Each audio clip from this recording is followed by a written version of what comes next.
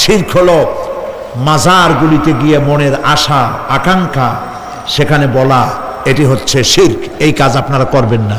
কুমিল্লা কি মাজার আছে? আছে? কোন মাজারে যাবেন না, কোনোদিন যাবেন না, কোন প্রয়োজন নাই। বিপদে পড়েছেন, উজু করবেন, মসজিদে চলে যাবেন, সুবহানাল্লাহ বলেন। মসজিদে গিয়ে 2 রাকাত কাজায়ে হাজতের নামাজ পড়বেন, আল্লাহর কাছে কাঁদবেন। মাজারে যিনি শুয়ে আছেন বিশ্বাস করেন, কোরআন শরীফ আমার সামনে, বিশ্বাস করুন যিনি কবরে শুয়ে আছেন আপনাকে 4 পয়সার উপকার করতে পারবে না। মাঝখানে আপনি শিরকের গুনাহ নিয়ে আল্লাহর দরবারে হাজির হবেন। মাজারে টাকা দিবেন না, পয়সা দিবেন না, মানত করবেন না। মাজার একটা ব্যবসা। মাজার আজকাল কি? মাজার আর রস সব ব্যবসা। আপনারা এইসব কাজে যাবেন না। আগরবাতি, মোমবাতি, চাদর দেওয়া, মশারি দেওয়া, এগুলো মুসলমানের কাজ না। হিন্দু, খ্রিস্টান, বৌদ্ধ যা করে আমরা কি তা করতে পারি? জোরে বলেন, পারি? কবরে যদি একটু চিন্তা করেন ভাইরা, মাথাটা একটু খাটান, কবরে যদি চাদর দেওয়াই লাগে তাহলে রাসূল করিম সাল্লাল্লাহু আলাইহি ওয়াসাল্লামের কবরের উপরে সোনার সুতা দিয়ে চাদর দেওয়া উচিত ছিল।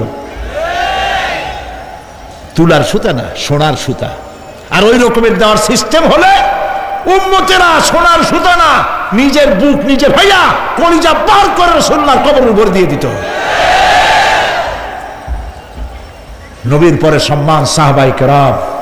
সাহাবায়ে কেরামদের কবরের উপরে চাদর নাই, আগরবাতি নাই, মোমবাতি নাই, গোলাপ পানি নাই, গম্বুজ নাই। মাজার একটা হইছে, সেটারে গম্বুজ বানাইতে হবে। কেন গম্বুজ বানাবেন? দরকারটা কি? তওবা করুন, জিন্দেগিতে আর কোনোদিন মাজারে কোনো সাহায্য করবেন না, 1 পয়সাও না। টাকা পয়সা দিবেন, টাকা পয়সা দিবেন, এতিমকে দিবেন, ভিক্ষুককে দিবেন, বিধবাকে দিবেন। পরীক্ষা দিতে পারে না, ফি দিতে পারে না, পরীক্ষা দিতে পারছে না, ওরে দেন। বাড়িতে চাল নাই, পানি পড়ে, ওরে দেন। অন্ধ মানুষকে দেন, লুলাকে দেন, এতিমখানায় দেন, মাদ্রাসায় দেন, টিউবওয়েল বানায় দেন যেখানে পানি নেই। এই সব কাজ করেন, সওয়াব হবে। সুবহানাল্লাহ কোন মাজারে, কোন মাজারে, আজকের মাহফিলে যত লোক হাজির হয়েছেন, কোন মাজারে কোন টাকা পয়সা, আগরবাতি, মোমবাতি, চাদর জিন্দেগিতে দেবেন না। কারা দেবেন না? হাত উঁচু করে দেখান। আলহামদুলিল্লাহ। হাত নামা, হাত নামা। এরপরে থামেন, থামেন। এরপরে দেশে আজ অশ্লীলতার সয়লাব আমরা দেখতে পাচ্ছি। গতকালও আলোচনা করেছি। গত 5 বছর যারা ক্ষমতায় ছিলেন, অভিনয় নিয়ন্ত্রণ আইন তারা তুলে ফেলেছিলেন। অভিনয় নিয়ন্ত্রণ একটা আইন ছিল, কতদূর অভিনয় করা যাবে, একটা মেয়ে তার কাপড় কতটা কমাইতে পারবে, নাচে গানে অভিনেতা অভিনেত্রী একসাথে কতটা জড়াজড়ি করতে পারবে, এর একটা নিয়ম কানুন আগের থেকে ছিল। সেই নিয়ম কানুন ওই 5 বছরে তারা আইন পাশ করে নিয়ন্ত্রণ আইনটা তুলে দিয়েছে।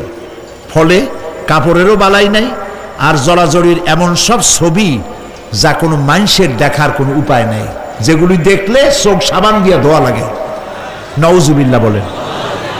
বাংলাদেশ সুপ্রিম কোর্ট, বর্তমান সরকারের আমলে বাংলাদেশ সুপ্রিম কোর্ট সুমোটো আইন জারি করেছে, যে সমস্ত অশ্লীল ছবি করা যাবে না, অশ্লীল পোস্টার লাগানো যাবে না। আমি গতকাল এখানে বলেছি, কুমিল্লার ডিসি সাহেবকে আমি গত রাত্রে তার সঙ্গে আমি কথা বলেছি, তিনি একমত হয়েছেন।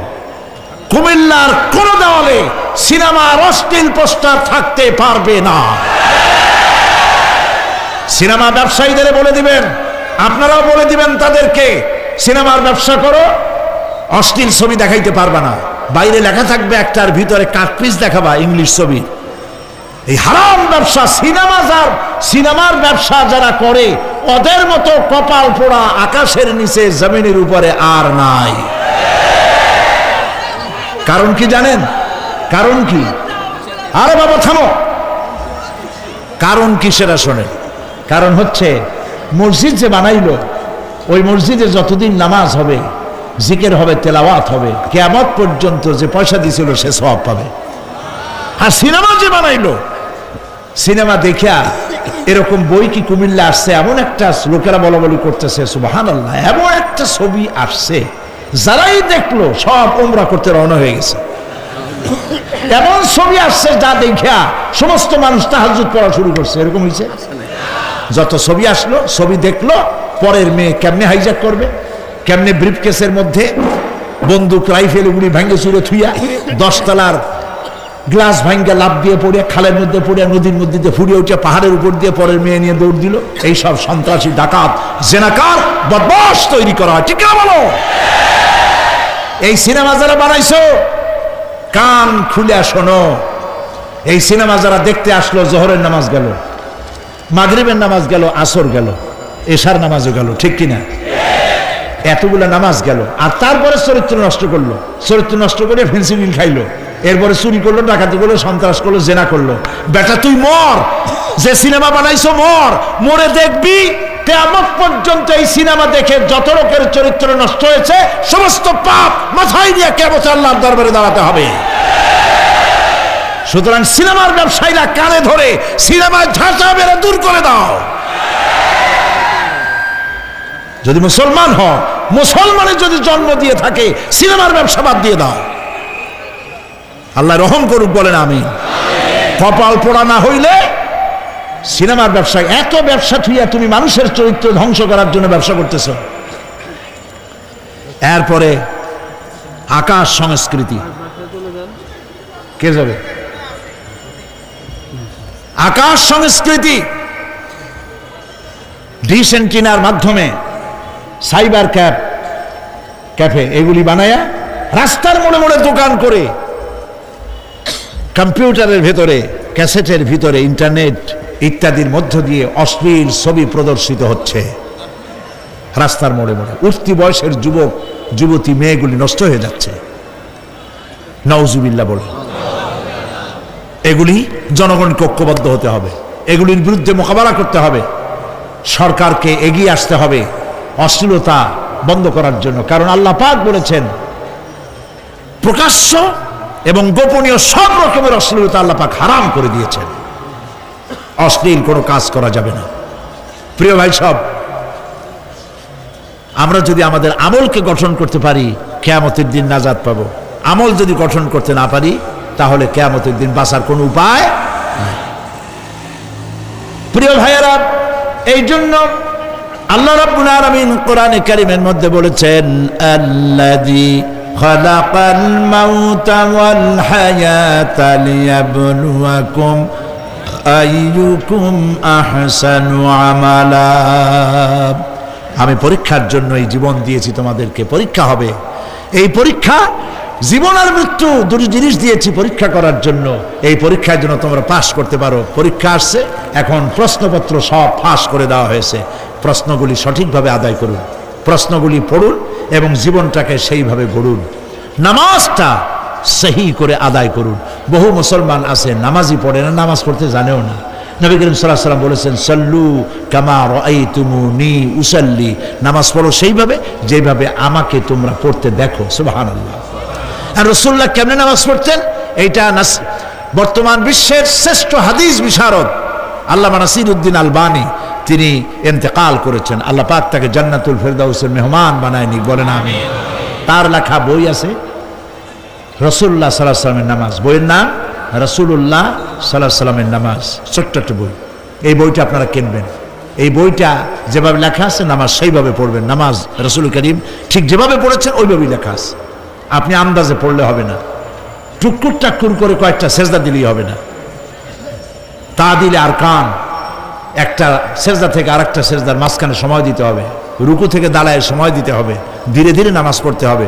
অথচ আমরা নামাজ পড়ি সব থেকে ব্যস্ততার সাথে, দ্রুত, রকেট সার্ভিস। কোরআন শরীফের ভিতরে নামাজের গুরুত্ব সর্বাধিক দেওয়া হয়েছে। নামাজের কথা কয়বার বলা হয়েছে? 82 বার। 82 বার আল্লাহ পাক বলেছেন নামাজ আদায় করো, 82 বার বলেছেন। আর নবীজি বলেছেন, লা দীনা লিমান লা সালাতা লাহু, যার কাছে নামাজ নাই তার কাছে দিন বলে কোনো জিনিস নাই। মান তারাকা সালাতান মুতাআম্মিদান ফাকাদ কাফারা, ইচ্ছে করে যে ব্যক্তি নামাজ ছেড়ে দিল কাফের হয়ে গেল, বলেন নাউজুবিল্লাহ। কিয়ামতের দিন, বুখারী শরীফের হাদিস, আল্লাহ পাকের নবী বলেছেন কিয়ামতের দিন সর্বপ্রথম আল্লাহ জিজ্ঞেস করবেন বান্দা নামাজ পড়ছো কিনা। প্রথম প্রশ্ন কি বলেন? প্রথম প্রশ্ন কি? যার নামাজ কবুল তার সমস্ত নেক আমল মঞ্জুর, যার নামাজ কবুল হবে না কোনোটাই মঞ্জুর হবে না। কথা বুঝতে পেরেছেন? নামাজ সঠিকভাবে আদায় করতে হবে। নবী করিম সাল্লাল্লাহু আলাইহি সাল্লাম ইন্তেকালের 5 দিন আগে থেকে জ্বরাক্রান্ত হলেন, রোগাক্রান্ত হলেন, জ্বরে আর মাথার যন্ত্রণায় অস্থির হয়ে যেতে লাগলেন, বেহুশ হন আবার হুশ হন। যেদিন তিনি ইন্তেকাল করবেন তার আগের দিনেও তিনি জোহরের নামাজ পড়ার জন্য সাহাবীদের কাঁধের উপরে ভর দিয়ে নামাজ পড়তে গেছেন, পা উঁচু করে নিতে পারেন নাই, পা টেনে টেনে নিয়েছেন। তিনি সেখানে খুতবা দিলেন, বললেন, ও আমার উম্মতেরা, এই পৃথিবীতে আল্লাহ রাব্বুল আলামিন তার এক বান্দাকে পৃথিবীর সব জাগতিক সম্পদ দিতে চেয়েছিলেন, কিন্তু সেই বান্দা সব জাগতিক সম্পদকে উপেক্ষা করে আল্লাহর সঙ্গে দিদার করা বেশি পছন্দ করেছেন। কেউ কিছুই বুঝলো না। হযরত আবু বকর রাদিয়াল্লাহু তাআলা আনহু খুব কাঁদতে লাগলেন। তিনি বুঝতে পেরেছেন যে এই পৃথিবীতে সমস্ত সম্পদ দিতে চেয়েছিলেন আল্লাহ যাকে, তার নাম বিশ্বনবী। তিনি সবগুলি উপেক্ষা করে আল্লাহর সঙ্গে দিদার করা বেশি পছন্দ করেছেন। আমরা অতি তাড়াতাড়ি নবীজি থেকে নবীর এতিম হয়ে যাব। পরের দিন ইশার নামাজের রক্ত হলো, আজান হয়ে গেল, মসজিদে মুসল্লিরা ভরে গেছে, সাহাবায়ে কেরাম সব এসে গেছেন। হুজুরের জন্য বহুক্ষণ অপেক্ষা করার পর হযরতে আবু বকর রাদিয়াল্লাহু তাআলা আনহু তিনি ইমামতির জায়গায় দাঁড়ায় গেছেন। নবীজি বেহুশ অবস্থায় ছিলেন ঘরের মধ্যে। হুশ আসার পর তিনি হযরত আয়েশাকে বললেন, আয়েশা, মসজিদে নববীতে এখন কি হতেছে? তিনি বললেন, নামাজ হচ্ছে, লোকেরা আপনার অপেক্ষা করেছে, কিন্তু আপনাকে না পাইয়া দীর্ঘক্ষণ অপেক্ষা করার পর আপনাকে না পেয়ে আমার বাবার ইমামতিতে তারা নামাজ পড়তেছে, কিন্তু মুসল্লিদের মধ্যে কান্নার রোল পড়ে গিয়েছে। তাদের ধারণা হয়েছে নবীজির জায়নামাজে যখন হযরত আবু বকর দাঁড়ায় গেছে, নবীজির পিছনে নামাজ পড়া আর আমাদের কিসমতে হবে না। নবীজি বলছেন, আয়েশা রে, মসজিদে নববীর দিকের দরজাটা খুলে দাও, আমি নামাজের দৃশ্য দেখতে চাই। দরজা খুলে দেওয়া হলো। নবীজি কোন রকম মাথা উঁচু করে মসজিদে নববীতে নামাজের দৃশ্য নিজে অবলোকন করে আবার শুয়ে পড়লেন। হযরত আয়েশা লক্ষ্য করে দেখেন নবীজির চোখের পানি দিয়ে কোনা দিয়া পানি বেয়ে বেয়ে পড়ছে। হযরত আয়েশা প্রশ্ন করলেন, ইয়া রাসূলুল্লাহ, নামাজের দৃশ্য দেখি কাঁদছেন কেন? হুজুর বলেন, আয়েশা রে, এটা কোনো দুঃখের পানি নয়, আমি কাঁদতেছি এই জন্যে, এই নামাজের জামাত কায়েমের জন্য তায়েফের ময়দানে অনেক রক্ত ঝরেছে, আবার উহুদের ময়দানে দান দান শহীদ হয়েছে, সাহাবায়ে কেরাম জীবন দিয়েছে। আজ আমি দেখতে পেলাম আমার উম্মতেরা জামাতে নামাজ পড়ছে। আমার ধারণা হলো ভবিষ্যতে কিয়ামত পর্যন্ত আমার উম্মতেরা এইভাবে জামাত বন্দী হয়ে নামাজ আদায় করবে। নবীজি আবার বেহুশ হয়ে পড়লেন।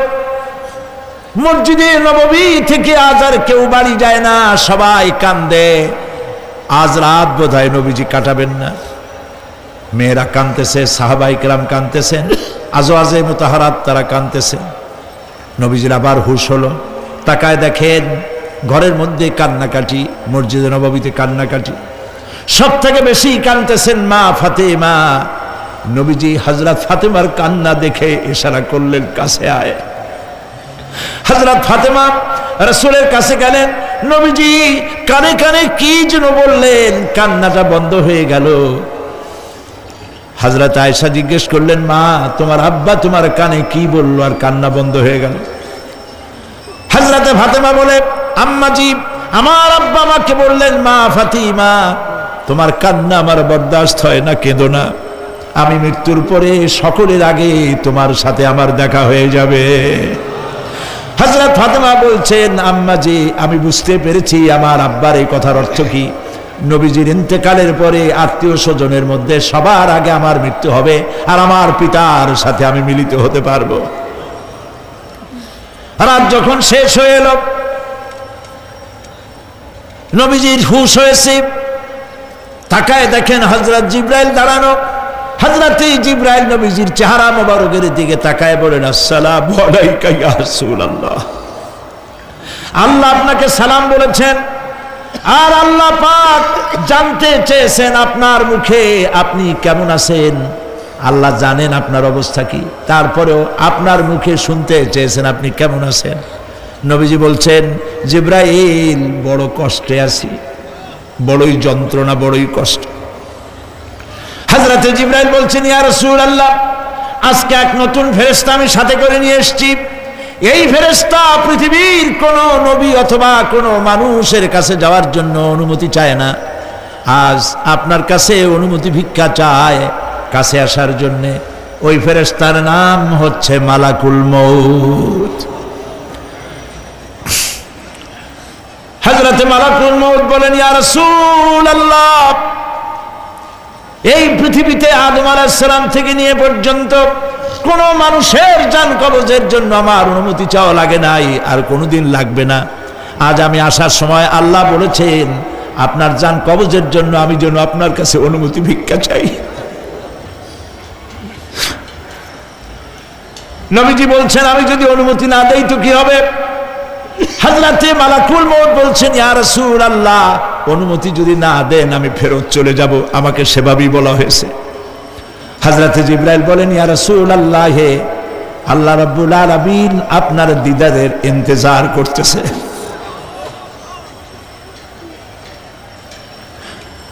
নবীজি বলছেন, মালাকুল মউত, তুমি জান কবজের কাজ শুরু করো। মালাকুল মউত যখন কাছে এসেছে, রাসূল জিজ্ঞেস করলেন, আয়েশা, ঘরে যে কয়েক টুকরা স্বর্ণ ছিল সেগুলোর কি অবস্থা? ছোট ছোট 6 টুকরা স্বর্ণ ছিল। হযরত আয়েশা বলছেন, হুজুর আমি এগুলো রেখে দিছি। হুজুর বলছেন, না, রাখতে পারবে না, আমার ইন্তেকালের আগে খয়রাত করে দাও। মুহাম্মদ সাল্লাল্লাহু আলাইহি ওয়াসাল্লাম আল্লাহর কাছে অবস্থায় উঠবে না যে তার ঘরের ভিতরে সোনা ছিল, দিয়ে দাও, খয়রাত করে দিয়ে দাও। হযরতে মালাকুল মউত রাসূলের জান কবজ শুরু করে দিলেন। রাসূলুল্লাহ জীবনের শেষ কথা বললেন, আসসালাত আসসালাত ওয়া মা মালাকাত আইমানুকুম। আমার উম্মতেরা বিদায় লগ্নে বলে গেলাম, নামাজ নামাজ নামাজ ছেড়ে দিও না।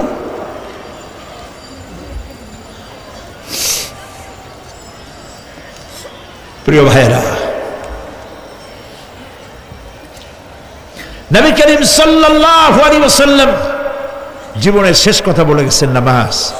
সেই নামাজে আমাদের যত সব অবহেলা, স্ত্রীকে নামাজ পড়ান, বউকে নামাজ পড়ান, ছেলে মেয়েকে নামাজ পড়ান। দোকানদার ভাইরা যখন আজান হয়ে যাবে দোকান বন্ধ করে দেন, আপনি আপনার কর্মচারীরা নামাজ পড়তে যান। যতটুকু সময় নামাজ পড়তে গেছে এই সময় বিক্রি করলে যা লাভ হইতো, এরপরে বিক্রি করলে আল্লাহ 10 গুণ বেশি বরকত দিতে পারেন। পারেন কিনা? পারেন কিনা? পারেন। আল্লাহর বিশ্বাস করেন, আল্লাহ আপনার বরকত দিবে। আপনার কর্মচারী, দোকানদারে, বাড়ি ঘরে স্ত্রী পুত্র পরিজন যারা আছে সবাইকে নামাজি বানাবার জন্য চেষ্টা করেন। নামাজ রোজা ইত্যাদি করুন। মিথ্যা বলবেন না, ওজনে কম দিবেন না, খাদ্যে ভেজাল দিবেন না, ঘুষ খাবেন না, ঘুষ দিবেন না, মানুষের উপর অত্যাচার করবেন না, কাউকে কষ্ট দিবেন না, মানুষ যেন আপনার ব্যবহারে কষ্ট না পায়। আল্লাহ পাক বলেছেন, ওয়াকুলু লিন্নাসি হুসনা, মানুষের সাথে সুন্দর সুন্দর কথা কও। নবী করিম সাল্লাল্লাহু আলাইহি ওয়াসাল্লাম বলেছেন, মানুষের সাথে যদি হাসি মুখে কথা বলো একটা সদকা দেওয়ার সমান সওয়াব হয়ে যাবে। মানুষকে ভালোবাসো, গরিবদের ভালোবাসো, তাদের অর্থ করি দাও, পয়সা করি দাও, তোমার যা আছে দিতে থাকো। কুয়ার পানি যত উঠাবেন তত কুয়ার পানি ভালো থাকবে, আর পানি উঠাবেন না কুয়ার পানি পয়সা যাবে। এই জন্য আল্লাহর রাস্তায় পয়সা যত ইনকাম হচ্ছে খরচ করতে থাকেন, আল্লাহ পাক দিতে থাকবেন। আল্লাহ পাক বলেছেন যে সদকার মালকে আল্লাহ বৃদ্ধি করে দেন, আর দান সদকা যারা করে না, যাকাত দেয় না, তাদের মালকে আল্লাহ ধ্বংস করে দেন, হালাক করে দেন। এগুলোর দাম নাই, অশান্তি বাড়বে। বউ কথা শুনবে না, সন্তানাদি কথা শুনবে না, মামলা মোকদ্দমা, অশান্তি আর অশান্তি। আর আল্লাহর পথে থাকুন, আল্লাহ শান্তি বাড়ায় দেবেন। আমরা বলি আমিন। প্রিয় ভাই সব, আমি কিছু আলোচনা আজকে আল্লাহ পাক যা করাইছেন এগুলি যেন আল্লাহ আমারে আমল করার তৌফিক দেন। আমি মাঝে মধ্যে ভয় পাই, একদিন তো এই খবর নিশ্চয়ই হবে যে সাইদি বিদায় হয়ে গেছে। সেদিন খালি হাতে যেন আল্লাহর কাছে না যাই, আমি যেন আসামি না হই যে আমি যা বলছি মানুষকে 40 বছর একটানা যা বললাম আমি নিজে আমল করতে পারি নাই। এরকম ভিক্ষুক যেন আমি না হই, আমি যা মানুষকে বলেছি আমি যেন তা আমল করতে পারি। আমি আপনাদের কাছে দোয়া চাই। আমরা কেউ বাঁচবো না, এই যে দেখা হলো আবার দেখা নাও হইতে পারে। সেই জন্য আমরা আমাদের জীবনকে যেন তৈরি করি। আপনারা কোরআন শরীফ পড়ুন, দিন শিখুন, ঈমান শিখুন, ভালো থাকুন, ভালো হয়ে চলুন। এখন মোনাজাত হবে, দাঁড়ানো ভাইরা বসে। রাস্তাঘাটে দুজন মুসলমান হবে, একটা মহিলা এবং তার ছেলে। রাস্তাঘাটে যিনি যেখানে আছেন, আখেরি মোনাজাত, উনি দায়িত্ব নিছেন। এই মোনাজাতে অংশগ্রহণ করা একটা বিরাট সওয়াবের কাজ। সুবহানাল্লাহ। দাঁড়ানো ভাইরা বসেন, আমি তো দেখতে পাচ্ছি কোথায় কে দাঁড়ানো। বসতে বলছি, আমি তো এর আগে বলিনি একবারও যে বসান। বসেন। মোনাজাতের আদব হলো বসা। রাস্তায়, পথে, ঘাটে, গেটে যিনি যেখানে আছে সেখানে বসে আর জোরে সরে জিকির করেন সুবহানাল্লাহ, আলহামদুলিল্লাহ, লা ইলাহা ইল্লাল্লাহ। কবি নেগেটিভ অনেক আছে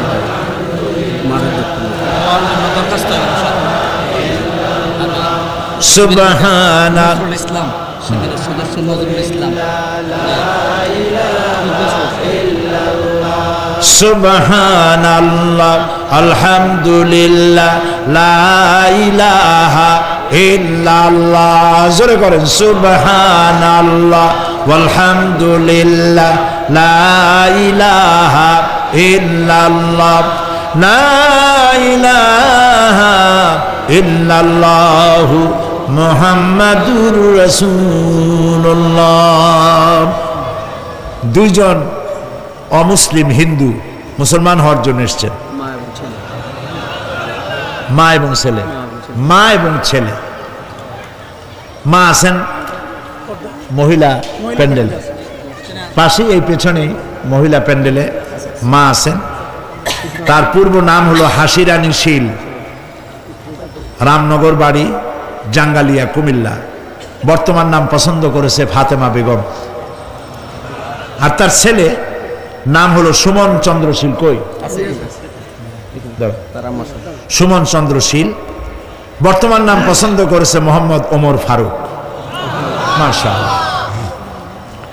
এর এফিডেভিট সরকারি নিয়ম অনুযায়ী অ্যাডভোকেট নাজির আহমদ হুসাইনি আগামীকাল তাদের এফিডেভিটের ব্যবস্থা করে দেবেন। আলহামদুলিল্লাহ বলে এখন তারা মুসলমান হবে।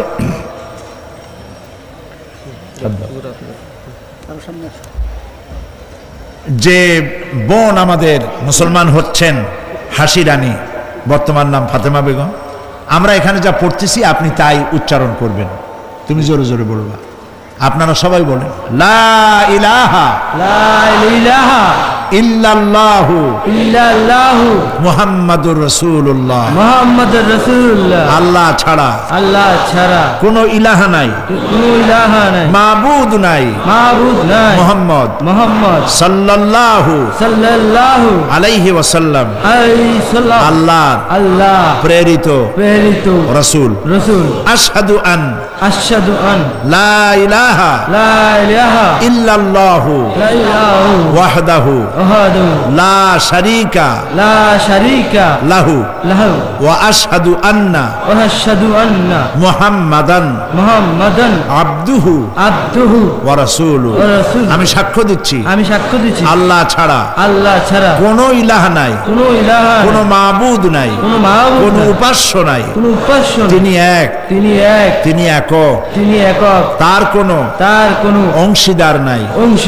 আমি আরো সাক্ষ্য দিচ্ছি মুহাম্মদ সাল্লাল্লাহু আলাইহি ওয়াসাল্লাম আল্লাহর প্রেরিত রাসূল এবং তারই বান্দা। সবাইকে সালাম দাও। আসসালামু আলাইকুম। আপনারা সালামের জবাব দেন। আল্লাহর এই বান্দা মাত্র কয়েক মুহূর্তে আগে ছিল মুশরিক, আর এখন আমাদের তাওহীদি ভাই। আমাদের কি হয়ে গেছে? ভাই। আমাদের সকলের আমল নামায় গুনাহ আছে, এই যুবকের আমলনামায় এখন কোনো গুনাহ নাই, নিষ্পাপ মাসুম বেগুনাহ। আল্লাহ তার প্রতি রহম করুক, আমরা বলি আমিন।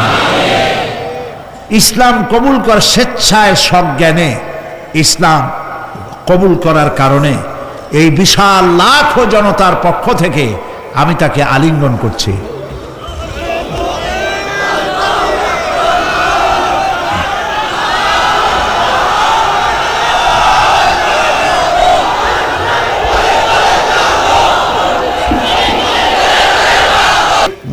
পত্রিকা তো আজকাল জানেন, পত্রিকাগুলি প্রায় ইসলামের বিরুদ্ধে লেখে, কথা ঠিক কিনা? সেই ক্ষেত্রে কুমিল্লা একটা পত্রিকা বের করেছে, সাপ্তাহিক মেঘতি, মেঘনা, গোমতী, তিতাস, তিনটা নদীর কূলে যারা বাস করে তাদের কথাই এ পত্রিকা বলবে, বৃহত্তর জনগোষ্ঠীর ইমান, আকিদা ও সংস্কৃতির উপরে ভিত্তি করে। সেজন্য আপনারা এই পত্রিকাটি সংগ্রহ করার চেষ্টা করবেন। আর বলেছিলাম যে প্রত্যেকটি মুসলমান, রাসূলুল্লাহ বলেছেন যে এমন দুইটা রাত যাবে না যে তার মাথার তলে ওসিয়তনামা থাকবে না। ওসিয়তনামা কারে বলে আমরা জানি না, ওসিয়ত তো বুঝি কিনা, কিন্তু লেখে কেমনে জানি না। সেই জন্য হযরত খুররাম মুরাদ রহমতুল্লাহ আলাইহে তার মৃত্যুর সময় তিনি উপমহাদেশের একজন অন্যতম শ্রেষ্ঠ ইসলামী চিন্তাবিদ, মৃত্যুর আগে ওসিয়তনামা লিখে গেছেন। খুররাম মুরাদের শেষ ওসিয়ত, এটা আমি সম্পাদনা করে দিয়েছি, খুব কম পয়সা দাম। এটি আপনারা নিলে ওসিয়ত কেমনে লিখতে হয় সেটা বুঝতে পারবেন, ছেলে মেয়েকে দিনের উপরে রাখার জন্য করতে পারবেন। ওমর রাদিয়াল্লাহু তাআলা আনহুর কথা আমি বলছিলাম আপনাদেরকে, তার জীবনী সম্পর্কে অনেকের জানা নাই। সেই জন্য শহীদে মেহরাব হযরত ওমর ইবনুল খাত্তাব রাদিয়াল্লাহু তাআলা আনহু, তার জীবনের কাহিনীগুলি জানতে পারলে আমরা আমাদের এবং আমাদের সমাজকে গড়তে পারবো, এটিও পাওয়া যাবে। তারপরে বই মানুষের ক্ষতি করে না, মানুষকে ঠকায় না, ঠকায় নভেল, নাটক, উপন্যাস, গল্প, দাদুর বই, এইসব পড়লে মানুষ ঠকে, কিন্তু কোরআন হাদিসের বই পড়লে মানুষ ঠকে না। কোরআন শরীফ, এই যে কোরআনের তাফসীর করলাম, কোরআন আপনার বাড়িতে আরবি কোরআন আছে কিন্তু তরজমা নাই। আল কোরআন একাডেমি লন্ডনের পক্ষ থেকে কোরআন শরীফের বিশাল বাংলা অনুবাদ বেরিয়েছে, সহজ সরল বাংলা অনুবাদ কোরআন শরীফ, হাফেজ মনিরুদ্দিন আহমদ সাহেবের। এর হাদিয়া 700-750 পৃষ্ঠার অফসেটে ছাপা, মাত্র 100 টাকা দিয়ে। বাংলাদেশের কোনো প্রকাশক এই পয়সা দিতে পারবে না, তিনি লাভের দিকে তাকান নেই, আল্লাহর হস্তে।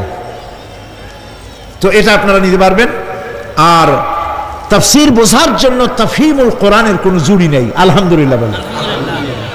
কি তাফসীর নাম বলেন? তাফহিমুল কোরআন আপনারা কিনবেন। ফি জিলালিল কোরআন, সৈয়দ কুতুব শহীদ রহমতুল্লাহ আলাইহি, তার তাফসীর আপনারা নেবেন, এখানে পাওয়া যাবে। ঢাকা থেকে এই বইগুলি আসছে, আপনারা নিয়ে যাবেন। আল্লাহ নেওয়ার তৌফিক দিন, জোরে বলেন আমিন। সবশেষে আমার 40 বছর কোরআনে কারীমের, আমাকে লোকেরা মুফাসসিরে কোরআন বলে, কিন্তু আমি নিজেকে মুফাসসিরে কোরআন বলে মনে করি না। আমি মনে করি আমি কোরআনের একজন ছাত্র, তাফসীরের ছাত্র। তাফসীরের একজন ছাত্র হিসাবে 40 বছর একটানা দেশে আর বিদেশে কোরআনের কিছু খেদমতের তৌফিক আল্লাহ দিয়েছিলেন।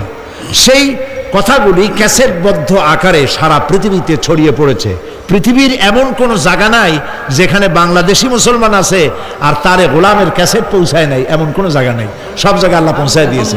কিন্তু একদিন তো এমন হবে যে ক্যাসেট থাকবে না, আর সাইডিও থাকবে না, লেখাগুলা থাকে। সেই জন্য আমার বন্ধু মহল আমাকে খুব চাপ সৃষ্টি করলো লেখার জন্য। তাফসীর লেখা হয়েছে, তাফসীর এখন কিতাব আকারে বেরিয়ে গেছে। তাফসীরে তারা নাম রেখেছে তাফসীরে সাঈদী। সূরা ফাতিহা গতকাল বলেছি, চট্টগ্রামে তাফসীর করেছিলাম 5 দিন। সূরা ফাতিহার উপরে 46 জন হিন্দু খ্রিস্টান মুসলমান হয়েছে। সূরা নাবা করলাম, এবার 31 জন হয়েছে। চট্টগ্রামে 5 শতাধিক খ্রিস্টান, হিন্দু, বৌদ্ধ গত 24 বছরে ইসলাম কবুল করেছে, আলহামদুলিল্লাহ। সূরা আসর, ছোট্ট সূরা, এই ছোট্ট সূরাটি সম্পর্কে ইমাম শাফি রহমতুল্লাহ আলাইহি বলেছেন যে এই সূরাটি যদি কেউ বোঝে আর আমল করে, হেদায়েতের জন্য, জান্নাতে যাওয়ার জন্য এই একটি সূরাই যথেষ্ট। এর উপরে 5 দিন তাফসীর করেছি চট্টগ্রামে। 36 জন হিন্দু, খ্রিস্টান, বৌদ্ধ মুসলমান হয়েছে। সূরা আসর, এই ছোট্ট সূরাটির তাফসীর হয়েছে 488 পৃষ্ঠা, আলহামদুলিল্লাহ। আপনারা মেহেরবানি করে নিয়ে যাবেন। তাফসিরে সাঈদী সূরা আল আসর এগুলি পাওয়া যাবে ওখানে। এই বিশাল কিতাবের হাদিয়া তারা রেখেছে মাত্র 200 টাকা। আপনারা যারা পারেন নিয়ে যেতে চেষ্টা করবেন। আমি চাই আপনাদের ঘরে ঘরে তাফসির থাকুক, যাতে করে আপনি বুঝতেও পারবেন আর আমাকে দোয়াও করতে পারবেন। আমি আমার পক্ষ থেকে আমি নিজের ভাইয়ের মতো মনে করি আজকের সভাপতি কুমিল্লার সকল মানুষের কাছে সম্মানের পাত্র আলহাজ এম.এ. চৌধুরী সাহেবকে আমি সূরা তাফসিরে সাঈদী সূরা আল আসর আমি হাদিয়া দিচ্ছি।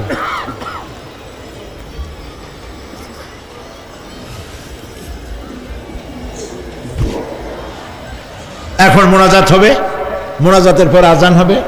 আব্দুল জব্বার সাহেব লক্ষ্মীপুর গ্রামে স্ট্রোক করেছে। রব্বানা যালামনা আনফুসানা ওয়া ইন লাম তাগফির লানা ওয়া তারহামনা লানাকুনান্না মিনাল খাসিরিন। সবাই পড়েন আমার সাথে, রব্বানা যালামনা আনফুসানা ওয়া ইন লাম তাগফির লানা ওয়া তারহামনা লানাকুনান্না মিনাল খাসিরিন। হায় আল্লাহ তাআলা, তোমার আরশে আজিম থেকে তাকায় দেখো কুমিল্লার ঈদগাহ ময়দানে, বিশাল ময়দান, রাস্তাঘাট, মানুষ উপচে পড়েছে, লাখো জনতা। আমরা গুনার বোঝা নিয়ে তোমার দরবারে হাত তুলেছি। রব্বুল আলামিন, আমাদের গুনার দিকে তাকায়ও না, আমাদের চোখের দিকে আর মুখের কাকুতি মিনতির দিকে তাকায়া আমাদের জিন্দেগির গুনাহ মাফ করে দাও। রব্বুল আলামিন, সারা জীবন নাফরমানি করেছি, শিরক বিদআত সহ এমন কোন গুনাহ নাই যা কম বেশি আমরা করি নাই। আল্লাহ তাআলা দয়া করে আমাদের জীবনের গুনাহ মাফ করে দাও। আয় আল্লাহ তাআলা, আমাদের মধ্য থেকে যাদের আব্বাজান দুনিয়া থেকে বিদায় হয়ে গেছে, আমাদেরকে কত কষ্ট করে তারা মানুষ করেছিলেন, আজকে তারা দুনিয়ায় নাই। আল্লাহ তাআলা, বিদেশে যদি আত্মীয় স্বজন চলে যায় মাসে মাসে অথবা প্রতিদিন টেলিফোনে খবরও পাওয়া যায় আমাদের মা বাপ দুনিয়া থেকে বিদায় হয়ে গেছে, বছরের পর বছর, যুগের পরে যুগ, কি অবস্থায় আছে কোনো খবর জানি না। রব্বুল আলামিন, আমাদের গর্ভধারিণী জনম দুঃখিনী মা নিজে না খেয়ে আমাদেরকে খাওয়াইছেন, গর্ভে রেখে কষ্ট করেছেন, ডেলিভারি করতে কষ্ট করেছেন, 2.5 বছর বুকের দুধ খাওয়াইয়া মানুষ করেছেন। আমাদের মা বাপ যাদের দুনিয়া থেকে বিদায় হয়ে গেল, আল্লাহ কবরটাকে জান্নাতের টুকরা বানায়া দাও। রব্বির হামহুমা কামা রব্বায়ানি সগীরা। সবাই পড়েন, রব্বির হামহুমা কামা রব্বায়ানি সগীরা। আয় আল্লাহ তাআলা, সারা পৃথিবীতে আজ মুসলমানদের বড়ই দুর্দিন, মুসলমানদের পক্ষে কথা বলার লোক আজ আর নাই। আল্লাহ তাআলা, কাশ্মীরের মুসলমানেরা কষ্ট পেতেছে, তাদেরকে পাখির মতো গুলি করে হত্যা করা হচ্ছে, প্যালেস্টাইনি মুসলমানদেরকে অভিশপ্ত ইহুদিরা মারতেছে। এই আল্লাহ তাআলা, বাগদাদে যে ইরাকে অনেক নবীর মাজার আছে, মাহবুবে সুবহানি, কুতুবে রব্বানি, শেখ মহিউদ্দিন আব্দুল কাদের জিলানী রহমতুল্লাহ আলাইহি যে মাটিতে শুয়ে আছেন, মুসলমানের দেশ। আয় আল্লাহ তাআলা, কাফেরেরা সব ঐক্যবদ্ধ হয়েছে, মুসলমান দেশগুলি শেষ করে দেবে। আল্লাহ তোমার কাছে সাহায্য চাই। চেচনিয়া, বসনিয়া, প্যালেস্টাইন, কাশ্মীর সহ দুনিয়ায় যত জায়গায় মুসলমানেরা বিপদে আছে, আল্লাহ তুমি নিজে সাহায্য করো।